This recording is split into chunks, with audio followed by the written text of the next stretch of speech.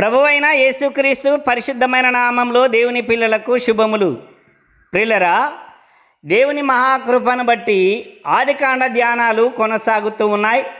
ఇంతవరకు 23వ అధ్యాయం వరకు వచ్చాము. ఈ వీడియోలో 23వ అధ్యాయానికి సంబంధించినటువంటి ప్రశ్నలకు సమాధానాలను పరిశీలన చేద్దాం. ప్రియులరా, ఒక్క మాట గమనించండి. మీరు సర్వలోకమునకు వెళ్ళి సర్వ సృష్టికి సువార్తను ప్రకటించుడి అని మన రక్షకుడైన యేసుక్రీస్తు ప్రభువారు మనకిచ్చినటువంటి ఆజ్ఞ. ఆయన ఆజ్ఞను శిరసావహించి నేను ఈ పనిలో కొనసాగుతూ ఉన్నాను. మరి నీకు ఆ బాధ్యత ఉన్నది. నీవు ఆ ఆజ్ఞను పొంది ఉన్నావు గనక మనసు పెట్టి ఈ పనిలో భాగస్వామివి కావాలి అని మనవి చేస్తూ ఉన్నాను.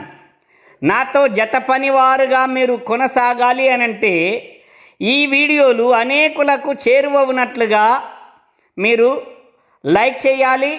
అలాగే మీకు తెలిసినటువంటి వారికి వీడియోను షేర్ చేసి దేవుని పనిలో పాలు పొందాలి అని ప్రేమతో మీకు మనవి చేస్తున్నాను.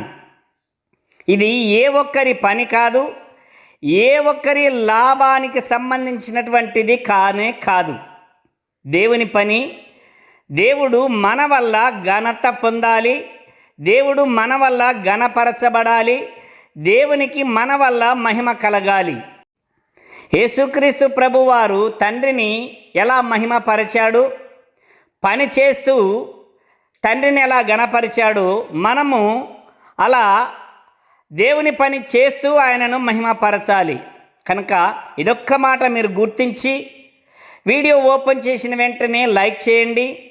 అలాగే మీకు వీలున్న వారికి అందరికీ షేర్ చేసి పనిలో పాలు పొందండి. దేవుడు మిమ్మల్ని దీవించును గాక. మంచిది. ఇక ధ్యానంలోనికి వెళదాం. ఆదికాండము 23వ అధ్యాయానికి సంబంధించినటువంటి ప్రశ్నలకు సమాధానాలను చూద్దాం. మొదటి ప్రశ్నకు సమాధానం.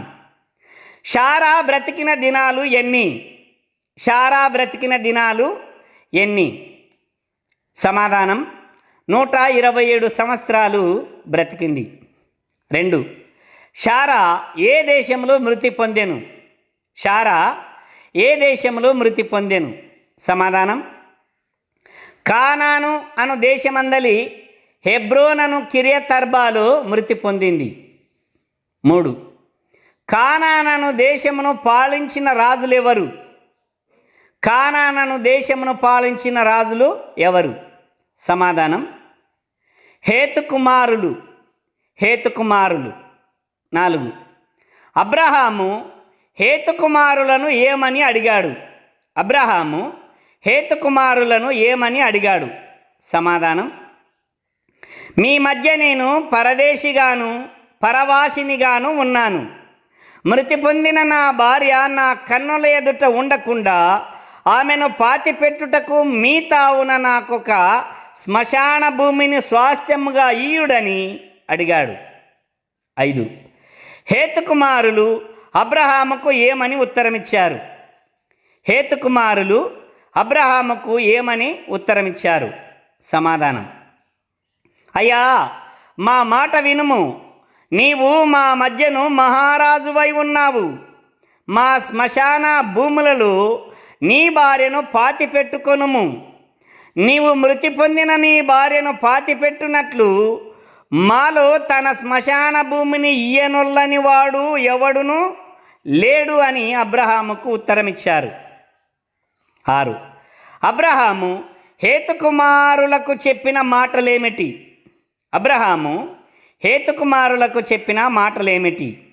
సమాధానం మృతి పొందిన నా భార్యను పాతిపెట్టుట మీకు ఇష్టమైతే నా మాట వినుడి. సోహారు కుమారుడు అయిన ఎప్రోను తన పొలము చివరను తనకు కలిగి ఉన్న మక్పేలా గుహను నాకిచ్చునట్లు నా పక్షముగా అతనితో మనవి చేయుడని చెప్పెను. 7. అబ్రహాము ఎవరి పొలమును స్వాస్థ్యముగా ఇప్పించమన్నాడు? అబ్రహాము ఎవరి పొలమును స్వాస్థ్యముగా ఇప్పించమన్నాడు? సమాధానం సోహారు కుమారుడైన ఎప్రోను పొలమును ఇప్పించమన్నాడు. 8. ఎఫ్రోను అబ్రహాముతో చెప్పినదేమిటి? ఎఫ్రోను అబ్రహాముతో చెప్పినదేమిటి? సమాధానం: అయ్యా, అట్లు కాదు, నా మనవి ఆలకించుము.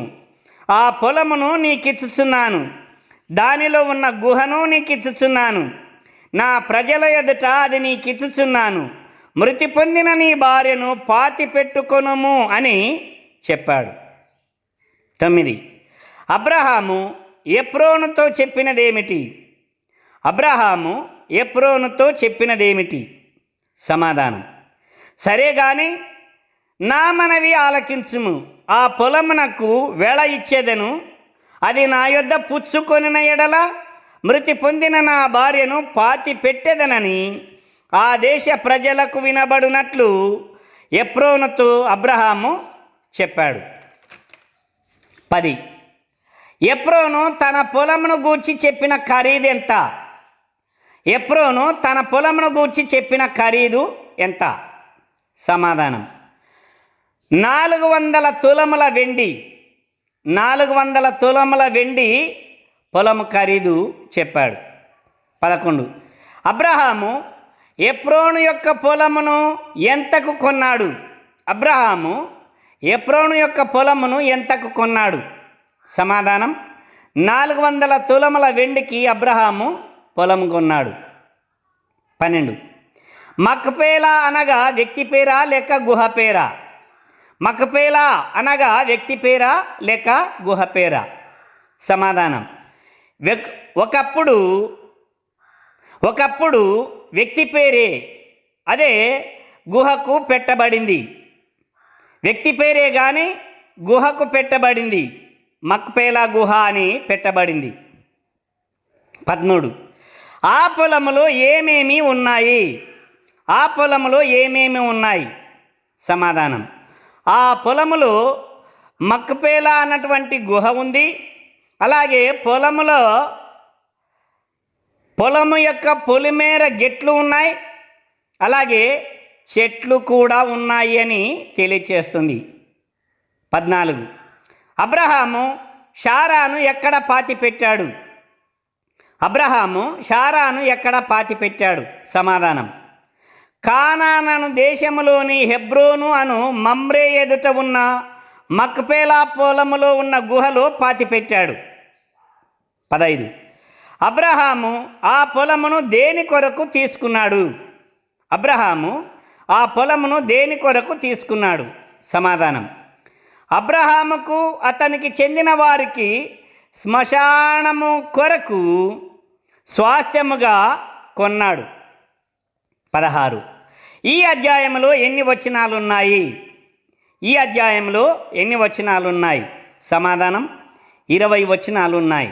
ప్రియులారా, ఈ 23వ అధ్యాయానికి సంబంధించినటువంటి ప్రశ్నలు, వాటికి సమాధానాలను ఇప్పుడు మనం చూసాం.